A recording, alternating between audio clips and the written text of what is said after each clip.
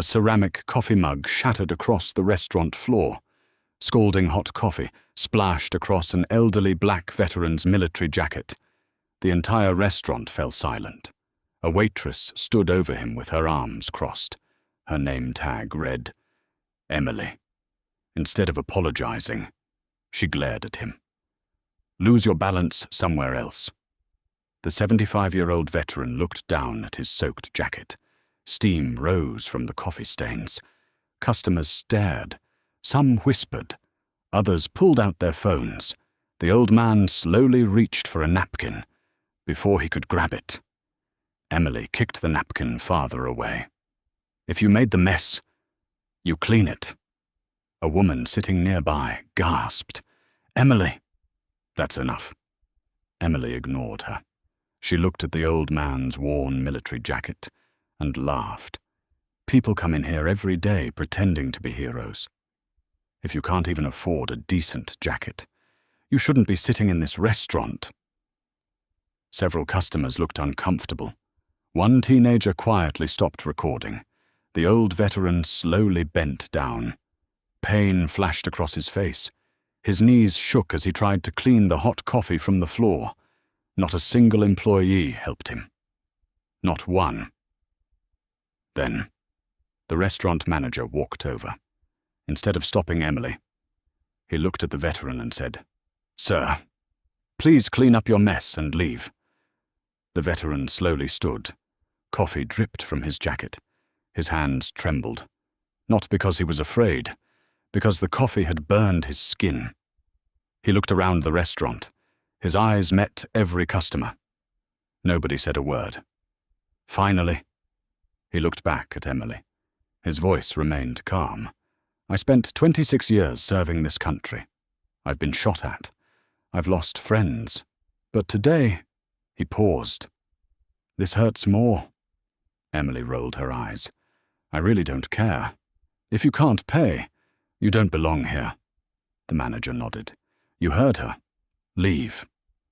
The veteran quietly picked up his old cap, looked at the American flag hanging near the entrance, then softly said, I hope one day. You understand that respect costs nothing. He walked out. Nobody inside realized that before sunset, every single person who laughed would wish they hadn't. His name was James Carter, 75 years old, a decorated army veteran, a man who had served 3 overseas deployments. He had received medals for bravery. He had buried friends who never made it home. But James never talked about his service. He didn't wear expensive suits. He didn't drive luxury cars.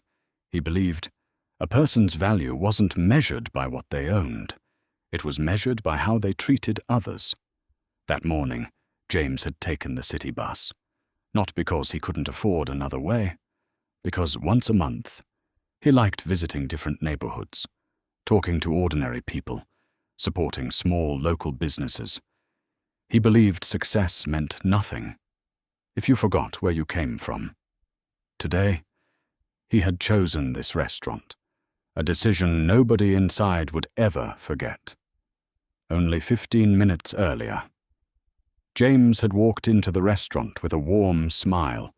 The smell of fresh coffee filled the air. Families laughed together. Business meetings filled the booths. Servers greeted customers with cheerful smiles. Except nobody greeted James. Instead, Emily looked him up and down, his old military jacket, his worn shoes, his faded cap, then whispered to another waitress, Looks like another guy who's going to order 1 coffee and sit here all afternoon. The other waitress looked uncomfortable. Emily, you don't know him. Emily shrugged. I don't need to. James politely approached the counter. Good morning. I'd like breakfast and a coffee, please. Emily didn't even smile. Table 7. She slid the menu across the counter without looking at him. No welcome, no kindness, nothing. James thanked her anyway. James sat quietly by the window. He watched people walking outside. He smiled as children crossed the street, holding their parents' hands. A few minutes later, Emily finally brought his coffee, but instead of placing it gently on the table, she dropped it so hard that coffee splashed onto the table. There. Without another word, she walked away. James calmly wiped the table himself. Another customer noticed. He quietly asked, "Sir, are you all right?" James smiled. "I've survived worse." The customer smiled back. Emily saw them talking. She rolled her eyes, then muttered loudly enough for nearby tables to hear, "He's probably looking for sympathy." Several customers looked away awkwardly. James pretended not to hear. A little girl walked past James's table. She accidentally bumped into it. The coffee cup tipped over. James reached to catch it, but before he could, Emily rushed over, without asking what happened. She grabbed the cup, then angrily shoved it away. The hot coffee splashed across James's chest. The mug crashed onto the floor. The restaurant froze. James stood there, covered in hot coffee. Emily pointed at him. "Look what you did." James looked shocked. "It wasn't my fault." Emily folded her arms. "Sure. That's what they all say." The little girl tried to speak. "It was actually—" Her mother gently pulled her back. Nobody wanted trouble. Nobody spoke. Emily grabbed a mop. She threw it onto the floor in front of James. "Clean it." James looked at the mop, then back at Emily. "You know I didn't spill it." Emily smirked. "Either clean it or leave." The restaurant manager finally arrived. James felt relieved. Surely, the manager would make things right. Instead, the manager looked directly at James and said, "Sir, our waitress says you caused a disturbance. If you don't clean this up immediately, I'm calling security." James couldn't believe what he was hearing. He slowly bent down, picked up the mop, and began cleaning the floor. Every movement hurt. His knees ached. His burned hand trembled. A young busboy quietly stepped forward. He wanted to help. Emily snapped, "Get back to work." The young man froze. James looked up at him, then smiled. "It's all right, son. I'll finish." The entire restaurant watched as a 75-year-old veteran who had once worn his country's uniform was forced to mop the floor while people ate breakfast. Then James slowly stood, looked directly at Emily, then at the manager, and quietly said, "One day, you'll remember this moment." He picked up his cap, turned around, and walked out of the restaurant. Behind him, several customers finally began whispering. One woman shook her head. Another customer quietly said, "I think they just made a terrible mistake." As James Carter stepped out of the restaurant, he didn't look back. He removed his stained military jacket, folded it carefully, then placed it on the passenger seat of a black SUV waiting across the street. The driver immediately stepped out. "Good morning, Mr. Carter." James smiled.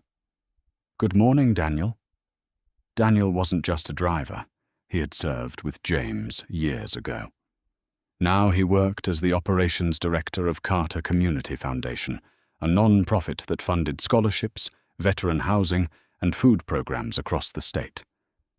Daniel noticed the coffee stains. His smile disappeared.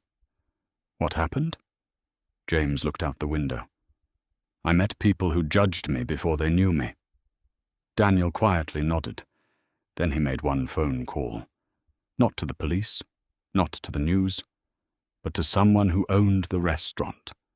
At that same moment, restaurant owner Richard Hayes was finishing a meeting. His phone rang. "Hello?" Daniel calmly introduced himself. "I'm calling on behalf of Mr. James Carter."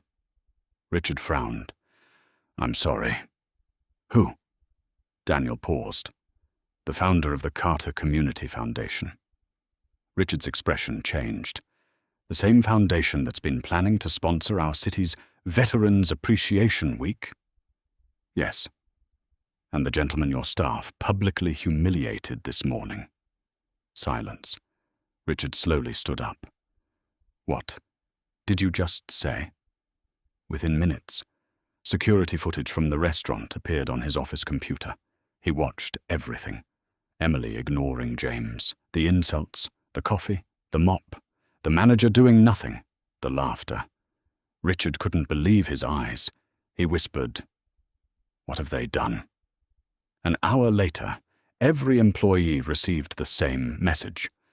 Mandatory staff meeting, immediately. Emily wasn't worried. She laughed. I bet someone complained because they got their feelings hurt. The manager laughed with her. Then, the restaurant doors opened. Richard Hayes walked in. His face was completely expressionless. Behind him walked James Carter, still wearing the same coffee-stained shirt. The restaurant became completely silent. Emily's smile faded. Richard walked to the center of the dining room. He looked at every employee, then pointed toward James. "Does anyone here know who this man is?" Nobody answered. Richard continued. "This man served our country for 26 years. Silence. "This man has personally donated millions of dollars to veterans, schools, and homeless families." More silence. "This man's foundation has fed thousands of people." Emily slowly looked down. Richard wasn't finished.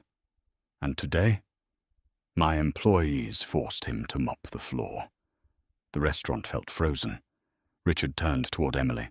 "Is everything I saw on those cameras true?" Emily tried to speak. I didn't know who he was." James quietly interrupted. "Exactly." The room fell silent. James looked directly at Emily. "You shouldn't need to know someone's bank account before deciding whether they deserve respect." Nobody moved. Nobody breathed. Richard then faced the manager. "You watched it happen." The manager lowered his head. "I thought—" Richard stopped him. "No, you judged him. And you failed every customer sitting in this restaurant today." Several customers who had witnessed the incident began nodding. One elderly woman quietly said, "I should have spoken up." James looked at her and smiled gently. "It's never too late to choose kindness." Richard made his decision. In this restaurant, respect is not optional. Emily's employment ended that day. The manager also lost his position.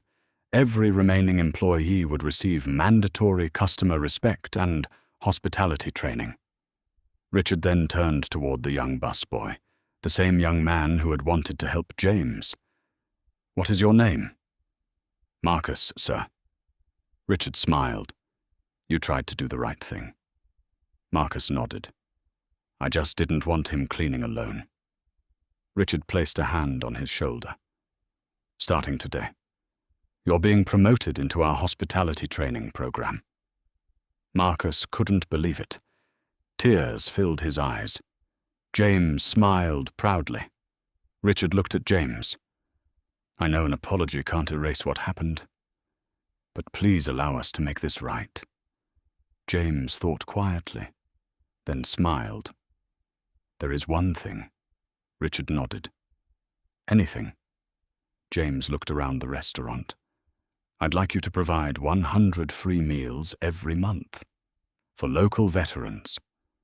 The room became silent. Richard smiled. "You have my word." James extended his hand. Richard shook it firmly. The entire restaurant applauded, not because James was wealthy, not because he was well known, but because he had chosen compassion over revenge. Before leaving, a local reporter stopped James outside. "Mr. Carter, after everything that happened, why didn't you yell? Why didn't you sue them?" James smiled, then looked down at his stained military jacket. "When I wore this uniform, I learned something. Real strength isn't shown by how loudly you fight back.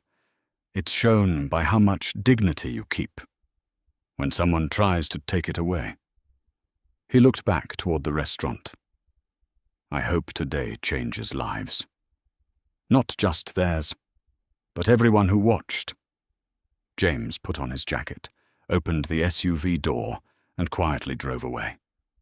Inside the restaurant, nobody said a word. Because everyone understood the same lesson. You never know someone's story. You never know their sacrifices. And you should never decide someone's worth by the clothes they're wearing, because respect costs nothing. Sometimes, the strongest revenge isn't humiliation. It's making people face the consequences of their own actions and giving them a chance to become better than they were yesterday. If you believe every veteran deserves respect and every person should be treated with dignity regardless of their appearance, comment one word: respect. If this story moved you, don't forget to like the video. Subscribe to Tale Fame for more emotional AI-generated fictional stories filled with drama, justice, powerful twists, and unforgettable life lessons. Remember, kindness costs nothing, but disrespect can cost everything.